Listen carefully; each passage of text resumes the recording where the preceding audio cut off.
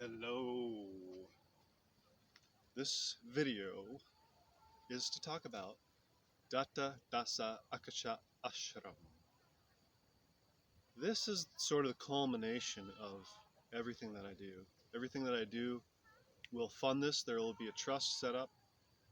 The company itself will be heavily donating to charity. Specific charities. I'm really going to put effort into doing things that help the planet and help people. Make sure they're credible. Make sure they have good ratings. Make sure it's really benefiting humans. And in addition to that, things like the Amazon rainforest and whatnot. I mean, wildlife fund, St. Jude's. I'm really going cosmic with this thing. I'm really inspired by my guru, who was really all about Sanatana Vishwa Dharma, is cosmic religion, universal cosmic religion. I don't really know what that looks like, but I think that I can move that direction and piggyback off some of what he already created. And of course, that's the majority of the teachings that are the foundation behind this are from my guru, Sant Keshavdas, who was born in South India, who passed away quite a while ago, but he's still with me in here. I haven't given up on him. Never.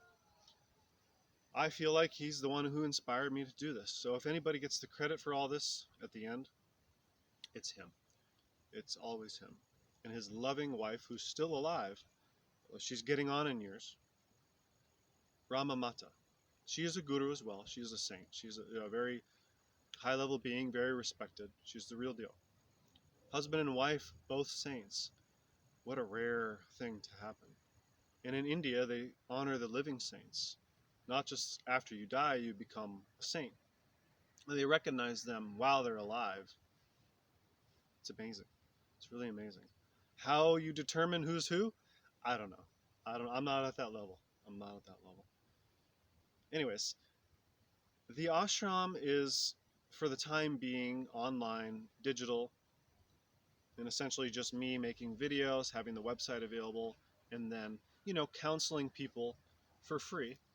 Because essentially what this is going to be, for now it's a DBA, but I intend on making it a non-profit in the future when I'm really ready for it.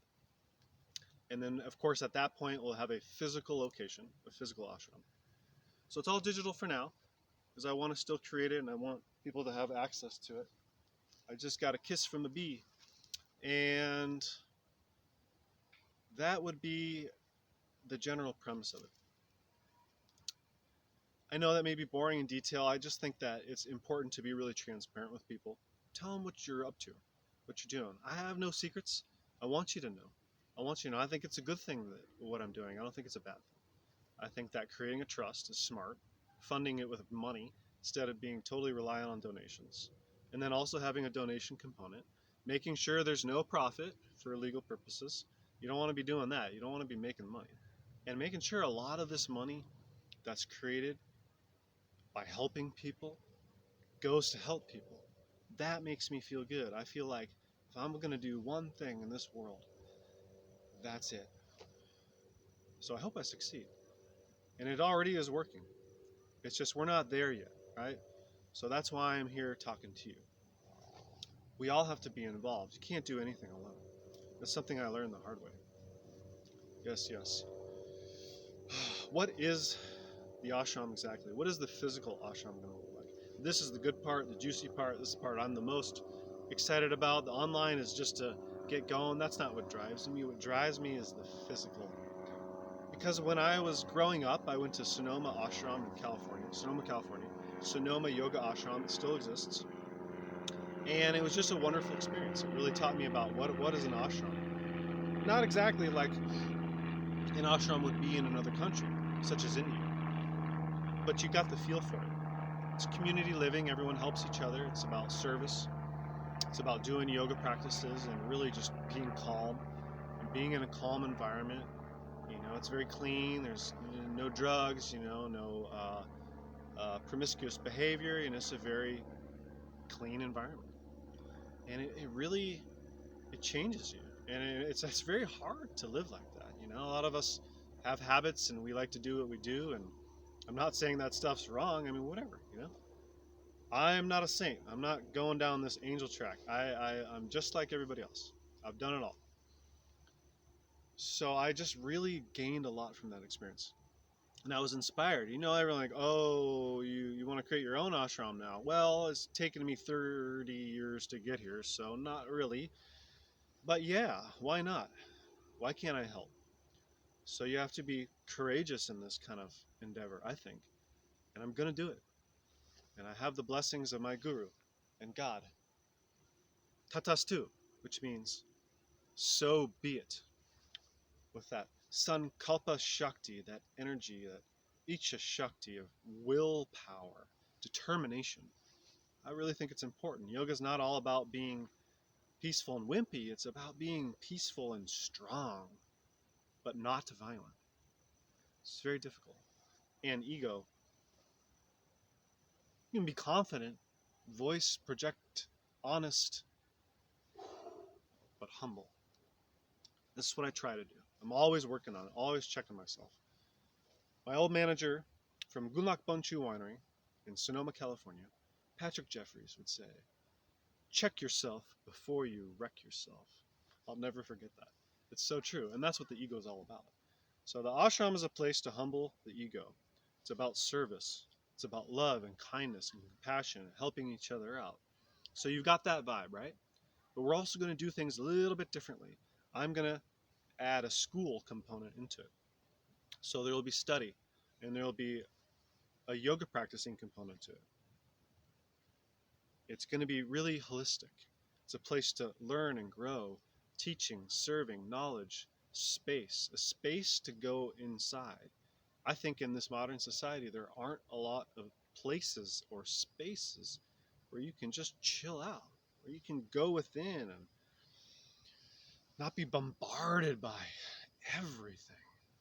This world is crazy now. I put effort into trying to minimize that, but what can you do? So the only thing you can do besides vacation, which you're competing with other vacationers, is to have a different kind of vacation. And it's a little bit more of an engaged, active vacation, I would say. But there's a lot of benefit to it. So I think this is going to be really good. It'll be also a place, I know, bear with me, religious tolerance. It's not just universal religion. I'm not going to force anyone to do this. We'll have that going on. There will be a universal practice that everyone does, is optionally allowed to participate in. And then there will be we're going to help you go do your own practice. Hey, why not? I'm not going to restrict people. It's bonkers. Oh, you come to the ashram, you can only do bhakti yoga, which is what Dan was trained in. Oh, and hatha yoga he's certified in. And you can only do that. You can't do anything else. No, I'm not going to do that. You can do whatever you want. You just have to be respectful and tolerant of the others that do these things. It's not going to be easy. There's going to be elbow rubbing and bickering, but you know what? We got to do this. We got to do this as a human species. We got to learn to accept each other. Let people do stuff. Don't try to control them so much. Listen to that. One break. I apologize. 3 blue herons, majestic large birds. I love being out here. I love making videos out here. So anyways, there's going to be a real focus on this religious tolerance, unification, and I'm going to do a couple different things, all right? Like I said, there will be one area where you can do your own practices, an area for private meetings, consultations, teachings, and that's no matter what it is, you can have a private space with a small amount of people or just 2 people or just one person. And then you're going to have an area where it's sort of a universal religion practice. And I'm going to create this, all right? This is essentially the Vishwadharma, or the Sanatana Vishwadharma. It's based on an ancient thing. Look it up. And then there's going to be a sort of center area where it's just about dialogue, and it's like a meeting together, and it's not a sermon on anyone, whatever, there might be one sort of sermon-like event, but it's just going to be about Sort of like the Freemasons or those kind of organizations were like, really, this is what we're going to do. This is, this is what the tenants are of the blah, blah, blah, and go on about, trying to keep everyone focused on the universal part. And then we can have dialogue sessions afterwards, and we can talk about how we can find common ground, how we can relate, how we can maybe somehow open up. I know this is a big one, all right? And I don't expect people to go along with this right away. But just bear with me. So say you go to a synagogue and they're okay with you doing yoga. I know. Listen to me. I think I'm onto something. I think this is where we need to go. We need to stop segregating and separating and discriminating and hating and bickering and fighting. We need to get together. The only way that we can do that is if we start being more tolerant with people in our own clubs, in our own organizations. And stop being so secretive. All right? Knowledge is for everyone. No one is swine. There's that quote in the Bible. Don't cast pearls before swine. Stop labeling people as swine. We are not swine. Even a person who is very ignorant or maybe has very bad habits, or does bad things, we might judge them as a bad person, but the minute you do that, it's an act of violence, like Eckhart Tolle said. The minute you do that to somebody, label somebody like that, you're one step away from violence. You're creating the fertile ground for it. But if you don't do that, say, I don't see you as swine. You're just a human being that has trouble, needs help maybe. You're redeemable. All right? This is the attitude that we need to have. The whole thing that people get in of, I'm going to burn you at the stake. This is a witch hunt. Oh, you're a horrible. No. So it's really important to kind of throw that out there. I don't want to make this too long. There's going to be a real strict thing about we have to be really cautious about how we speak to each other in this environment.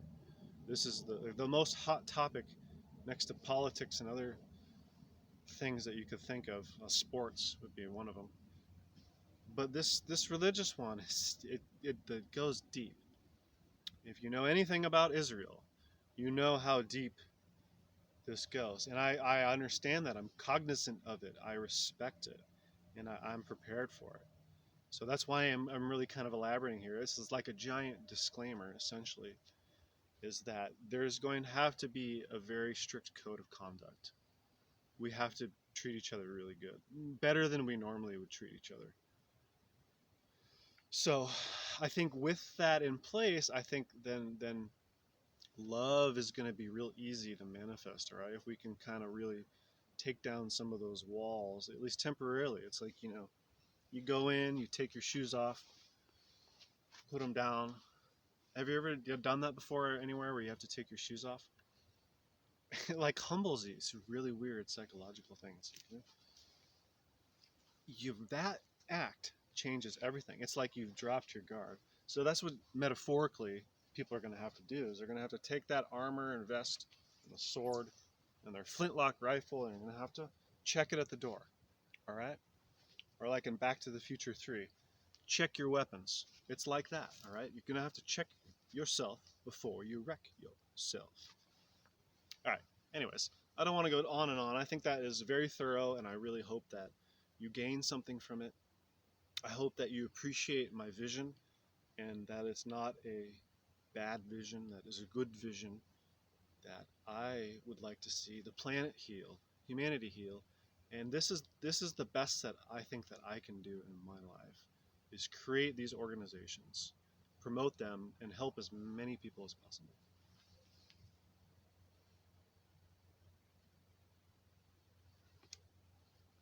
Namaste.